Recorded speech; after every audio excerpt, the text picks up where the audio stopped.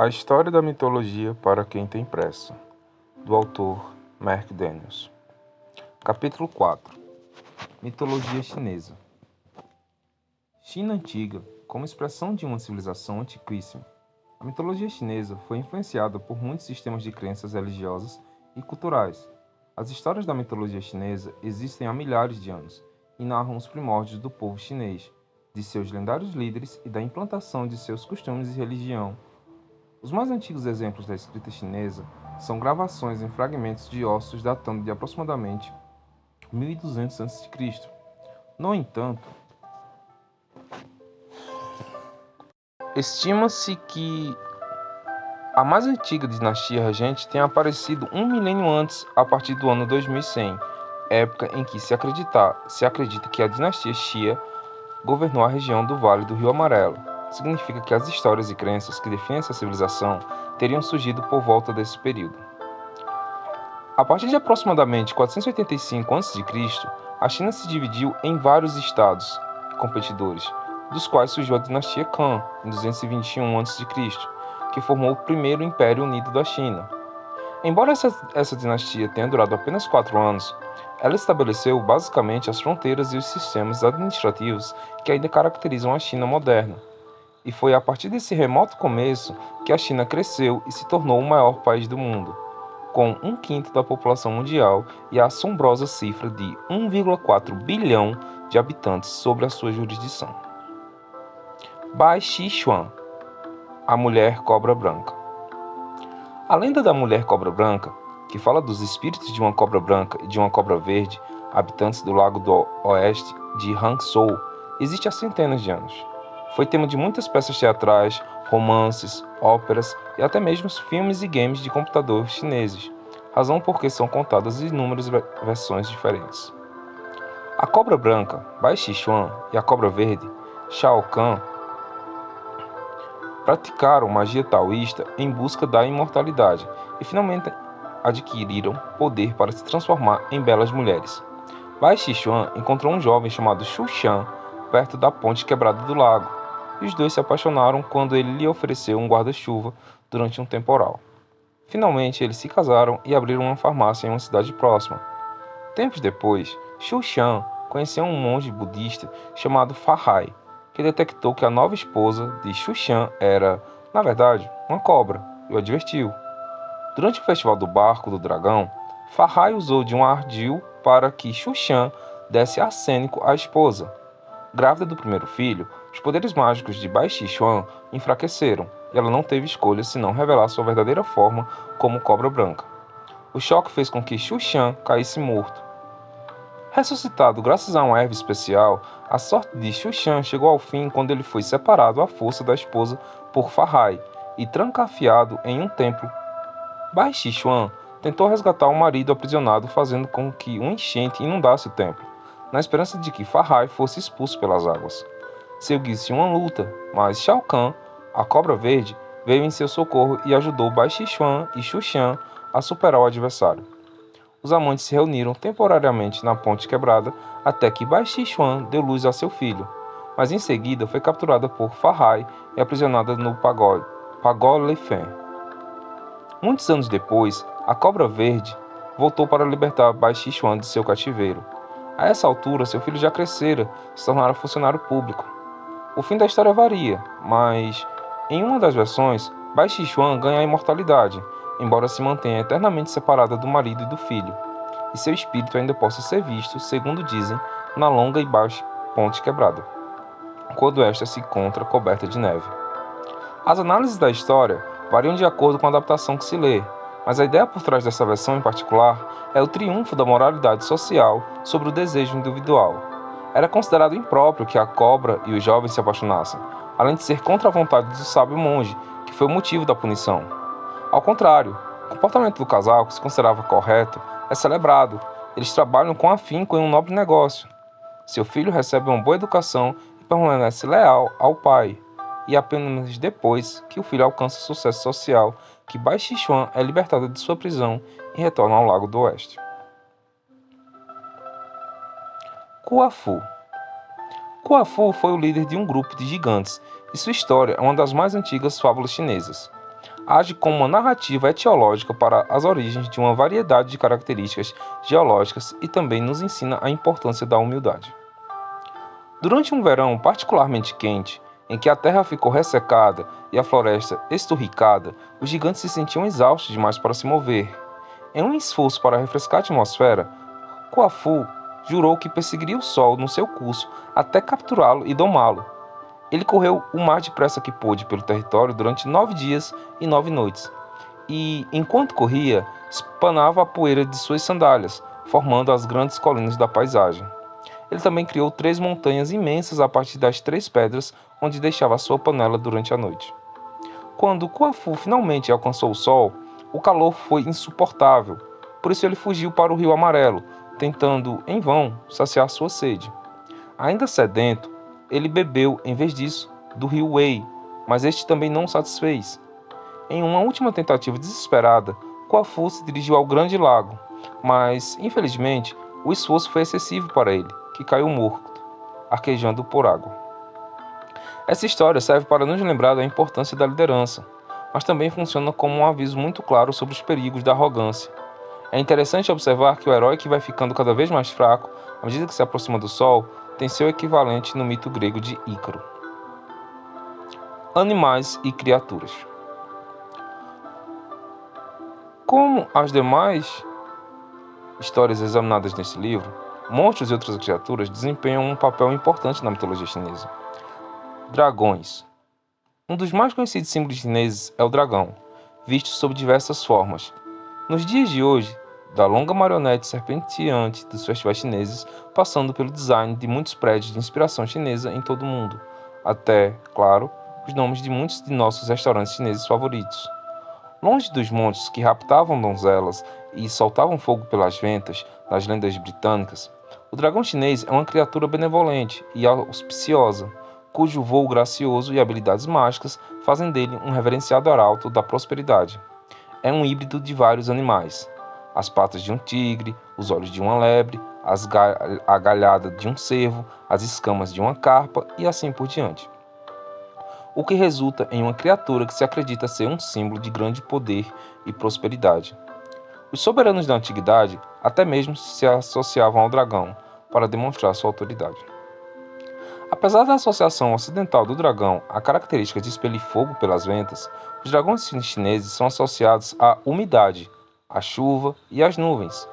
Acredita-se que seu hálito produza nuvens, que seu voo circular gere tempestades e que sua ira possa causar enchentes e secas, ao sabor do seu capricho.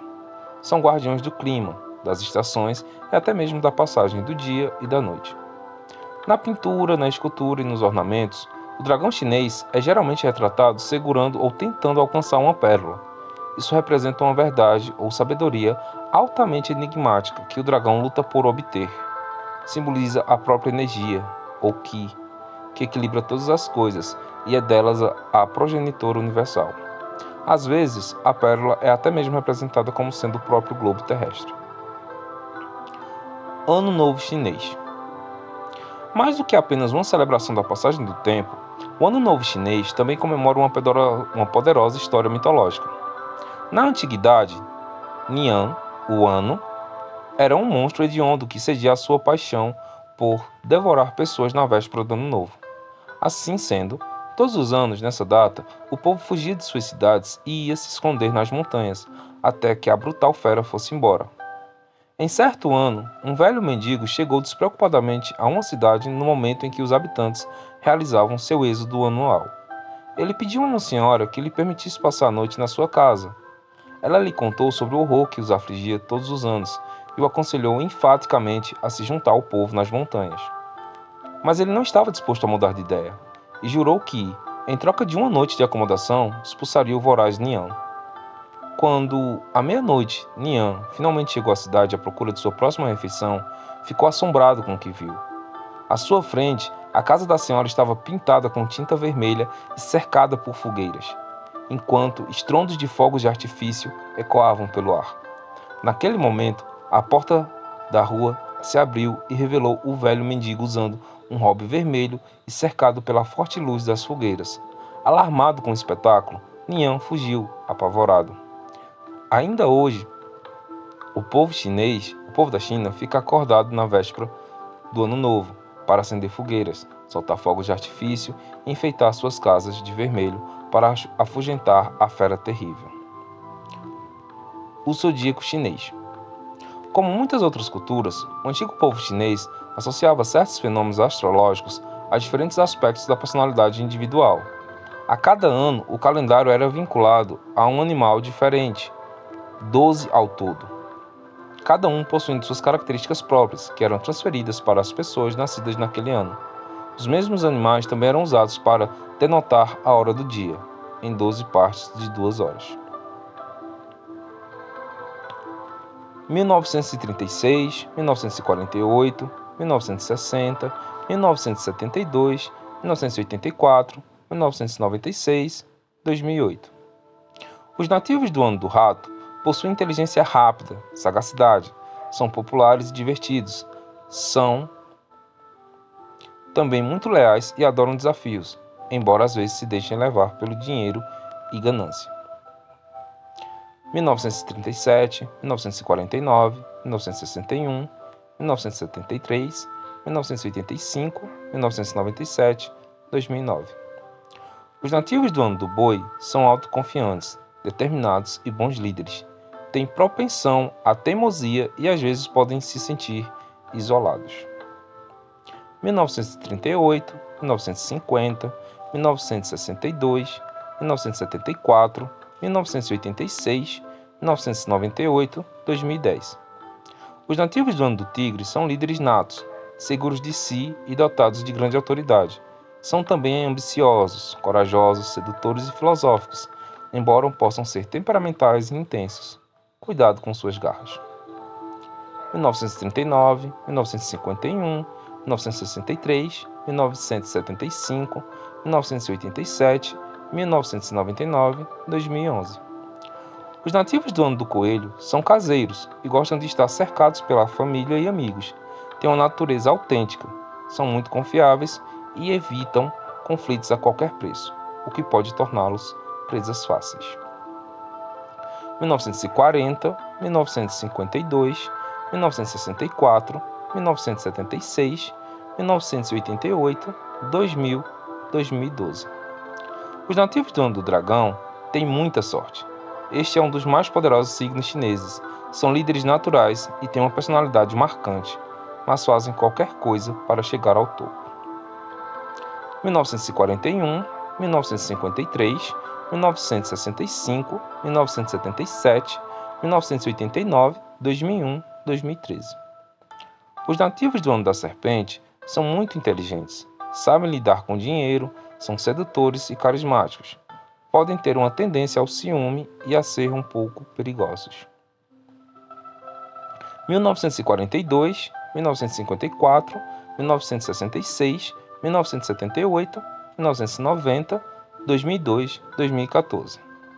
Os nativos do Ano do Cavalo têm muita iniciativa, são trabalhadores e carismáticos, mas impacientes, adoram viajar, embora isso possa passar a impressão de que têm dificuldade em criar raízes.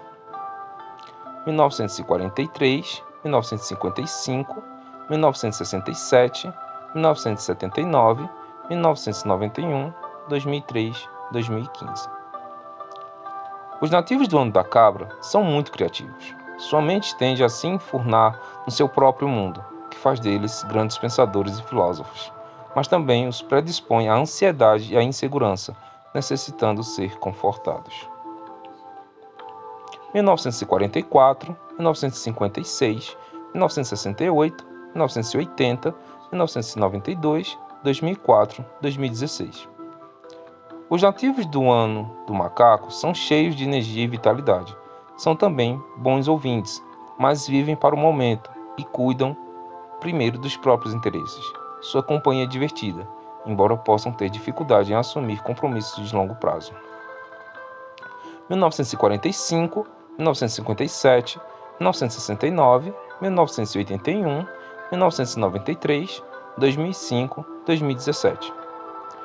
Os nativos do Ano do Galo são objetivos, práticos e profundamente reflexivos. São perfeccionistas e trabalhadores.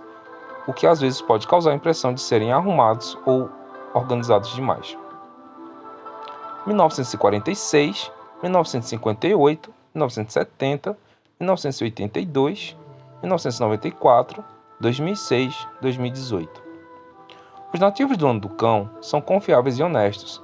Eles se dão bem nos negócios, não sentem vergonha de contar uma ou outra mentirinha de vez em quando e têm oscilações de humor ocasionais. 1947, 1959, 1971, 1983, 1995, 2007, 2019. Os nativos do ano do porco são grandes companheiros e sentem prazer em ajudar os outros. Têm um gosto impecável e são curiosos. Sempre terminam um trabalho e são inteligentes, mas não os testes. Eles vão reagir.